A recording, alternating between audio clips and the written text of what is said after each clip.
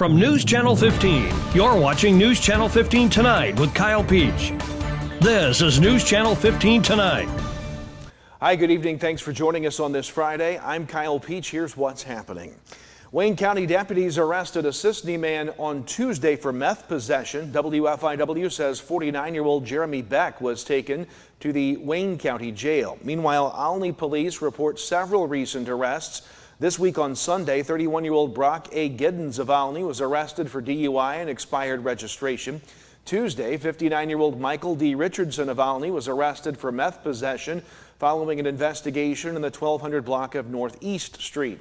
And 42-year-old Justin J. Engel of Olney was arrested on a Wayne County failure to appear warrant on North Elliott Street. Last week, OPD arrested 54-year-old Gwendolyn M. Cochran of Olney, 33-year-old Herman A. Shanda of Olney, and 42-year-old Jeffrey D. Lazaire of Nashville, Tennessee for meth possession. 52-year-old Thomas F. Fields of Olney was arrested on a Vigo County warrant for failure to appear. 41-year-old Jennifer L. Goldman of Columbus, Indiana was arrested in Olney for battery. 38-year-old Nicholas A. Thessel of Madison, Tennessee was arrested for possession of a controlled substance. 35-year-old Evan H. Bloas of Olney was arrested on a Clay County failure to appear warrant. 40-year-old Jared R. Ferguson of Olney was arrested for criminal damage after an investigation on South Van Street. And 32-year-old Cole H. Long of Olney was arrested for aggravated assault after an investigation in the 900 block of South Camp Street. Lawrence County State's Attorney Brady Waldrop reports 36-year-old Ryan Lang of Lawrenceville has been sentenced to 3 years in state prison for a charge of possession of a weapon by a felon. WAKO says the prison sentence will be followed by 6 months of parole. WSEI reports the Olney City Council met this week, holding a public hearing for about 90 minutes to hear from many residents concerning cannabis-related zoning amendments, although the council took no action on the matter. In other business, the council agreed to spend $150 for a plaque to be made and hung at Musgrove Park in honor of the Musgrove family. It agreed to sell 3 trucks that were owned by the city and used in the Parks Department. It also accepted a $14,798 bid to purchase a new replacement Christmas light scene for the city park gazebo. The council approved a $51,000 quote to purchase new radios for the police and fire departments compatible to the new countywide radio and communication system project for emergency services. The council agreed to seek bids for the city's North Avenue Waterline project, approved an ordinance entering into a partnership with the Greater Richland County Chamber of Commerce, whereas liability insurance will be shared for downtown events. After an executive session, the council approved a letter of intent with Roof Connect Logistics for a roof lease agreement involving the city-owned Pacific Cycle building and its roof. This note, Olney's water department will be switching the disinfectant and the water distribution system to free chlorine on Monday. It's in conjunction with the city's hydrant flushing, which will begin 2 weeks later on September 29th. Now, next week, water customers in Olney may notice a stronger chlorine smell while that free chlorine is used. Meanwhile, the Bridgeport City Council voted Tuesday to upgrade the city's water meter reading software after receiving a report from Superintendent David Miller. WAKO says it was also decided to replace chlorine and other pumps at the city water plant as required under EPA guidelines and to invest $25,000 in maintenance costs for water well number 2. Mayor Tyler Griffin says the work is needed in order to keep the well up and running. The well had not been regularly maintained in the past due to oversight. The Richland County Board met last night. WSEI says the board approved the pay estimate number 5 for the EJ Water Phase 82 project, worth just shy of $44,500. It approved a change order for that same project in the amount of $31,000. The board learned the countywide radio communications project has started with infrastructure work underway. The Richland County State's Attorney's Office reports the office is processing 50 more cases than a year ago. The board agreed to award a contract for construction of a Denver Township bridge to Sea Hill Civil Contractors. The board approved a county cannabis retailer's occupation tax ordinance, which is neither in favor or against a cannabis dispensing facility in Richland County, but simply says that the county will get a share of any tax money should a facility be built and put in operation. The board also approved the appointment of John Racklin to the Richland County TB Board.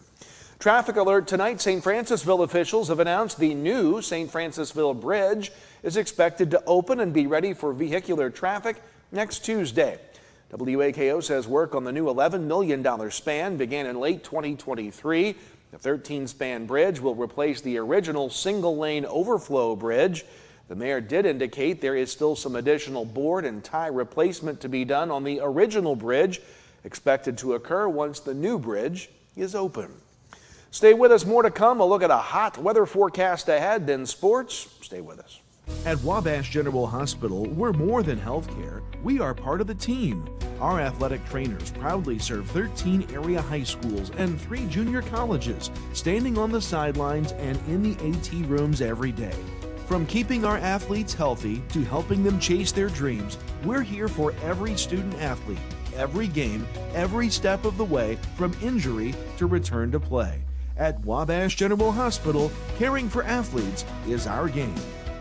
Introducing the Student Plus account from First National Bank, a free checking account designed for students and parents alike. With Student Plus, parents stay in control with real-time alerts and spending limits, while students learn to manage money safely and independently. Instant transfers, lost card protection, and customizable features make banking simple for the whole family. Getting started is easy. Just visit any First National Bank of Allendale branch with your student, set up mobile banking, and choose the features that work best for you. Student Plus accounts with First National Bank. Parents choose the controls, students learn responsibility.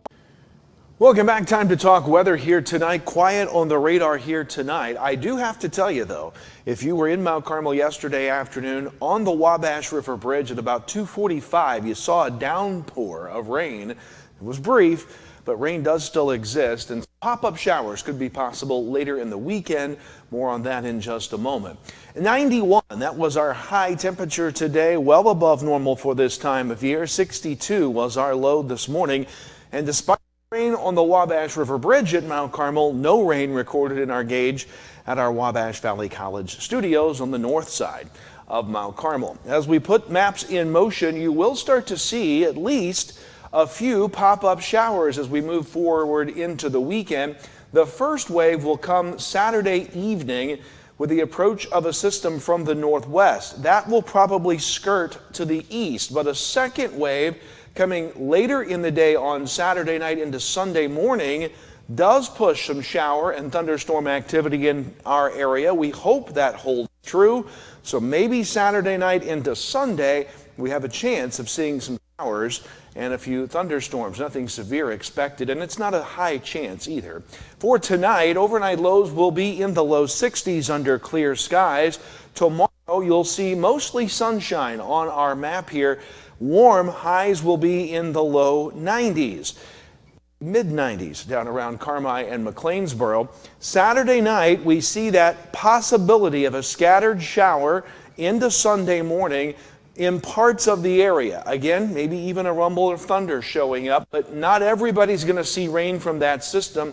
Best chance is going to be the further east you go in the area. Overnight lows as we wake up on Sunday morning will be in the mid to upper 60s. And then as we push through the day on Sunday, again, a few leftover showers, maybe a thunderstorm or two in the morning. But the day will clear out and it will be much warmer. Highs in the mid to upper 90s. Look at that, 98 for the high forecast in Carmi and McLeansboro, 96 Mount Carmel, Albion, Olney, 95 in Newton and Lawrenceville, 97 in Fairfield, 96 in Flora. It's going to be a hot weekend for us here in the region, and it's not going to get much better as we go throughout early next week. Highs are going to stay in the low to mid 90s, but at least they're on the downward spiral, but not a lot of rain chances. Our best chance appears to be sometime early on Sunday morning, overnight Saturday night into Sunday morning. Otherwise sunny and hot conditions for mid-September. That's a look at your forecast. Sports is next. Stay with us. Drive into fall at Steve Faulkner Automotive. Lease a 2025 Escape for as low as $399 a month and get a new 2024 F-150 up to $13,733 off. See them all at SteveFaulknerAutomotive.com. Lease your new 2024 Hornet at Steve Faulkner Automotive before the end of the month. Now is your best deal. Lease the 2024 Hornet for 2 years, 10,000 miles per year for only $19.39 a month. See Steve Faulkner Auto for details today. You need to be mindful that when you're out, maybe doing a little tree pruning or shaping, or kids climbing in the tree, building tree houses, whatever, look up, make sure there's no power lines in or near the area. And even after the storm or after a wind event or something like that, where a limb may be falling down or hanging in the tree, make sure to look and there's no utility lines near that. And if there is, call us. We'll come take care of it. We'll get that down. We'll get things cleared up. Welcome back. Time to talk sports. Football again tonight on this Friday. A full slate of games. Here's a look at the schedule in the Little Illini tonight. Mount Carmel hosts Robinson. You can see it on the News Channel 15 YouTube page. Alney visits Lawrenceville. Marshall hosts Paris. And tomorrow, Casey hosts Newton. In the Black Diamond, Edwards County hosts Johnston City. You can watch it on the Edwards County Sports YouTube channel. Carmi hosts Hamilton County. That's on the WRUL Sports YouTube. Fairfield at El Dorado on the Mule Nation YouTube. Flora visits CZR. Red Hill at Cesar. One other game, Salem is at Mattoon. High school volleyball last night. Mount Carmel beats Marshall 2-0. Alney over Lawrenceville 2-0. Edwards County beats Newton 2-0. Wayne City over South Central 2-0. At the NCOE Invite, Carmi beats Hamilton County and Heron for silver. Grayville beats El Dorado and Thompsonville for bronze. Hamilton County did beat Heron and NCOE beat Massac County. But Pinckneyville beat NCOE 2-1. Despite the loss, though, NCOE wins the tournament due to a better set record. Girls golf yesterday, Mount Carmel wins the Benton Invite at 294, Massac County second at 332, followed by Benton, Harrisburg, West Frankfort, El Dorado, Pinckneyville, Heron, and Hamilton County.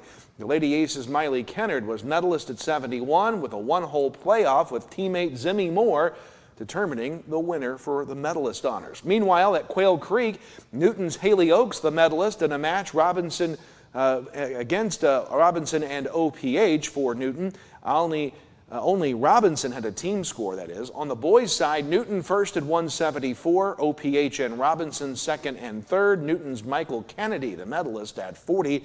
And at Salem, the host Wildcats win with a 174, Carlisle second, Mount Vernon third.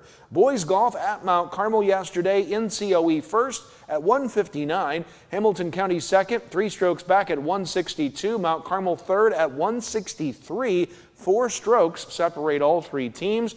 The Aces, Hatcher Knipe and Cardinals Caden Sexton tied for medalist at 37. At West Frankfort, Benton first, Carbondale second, Carmi third at 169, West Frankfort fourth, and at El Dorado, Ziegler Royalton first at 178, Edwards County second at 217, El Dorado no team score. Soccer yesterday, Mount Carmel beaten by Mount Vernon, Illinois 7-0. Newton beats Robinson 3-0. Salem over Breeze Central 8-1. Cross country at West Frankfort, Benton wins the boys' side at 65. Hamilton County fourth at 171. Carmi's Andrew Benham, the overall winner individually. DeCoyne wins the girls' race with 51 points there. Hamilton County fourth at 118. Carmi was fifth at 120. 7 teams took part as Carmi's Michaela Siebers wins overall individually.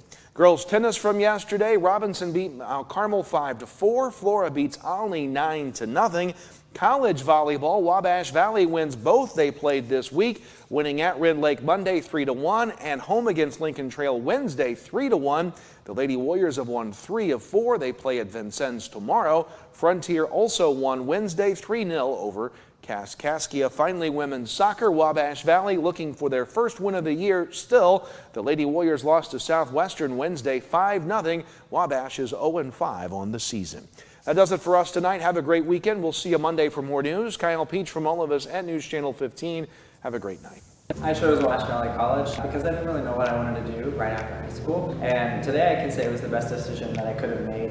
When I was here, I had the chance to join different clubs and to take a couple different classes, and I really expanded on my interests. In my classes, I learned what I liked and I learned what I didn't like. So I did get to meet new friends. I joined a bunch of clubs, practiced some leadership skills, and kind of gradually grew into adulthood here, and so I'm very grateful for that. My name is Jonathan Leach. I graduated in 2013 from Wabash Valley College, and that's why this was the best decision for me.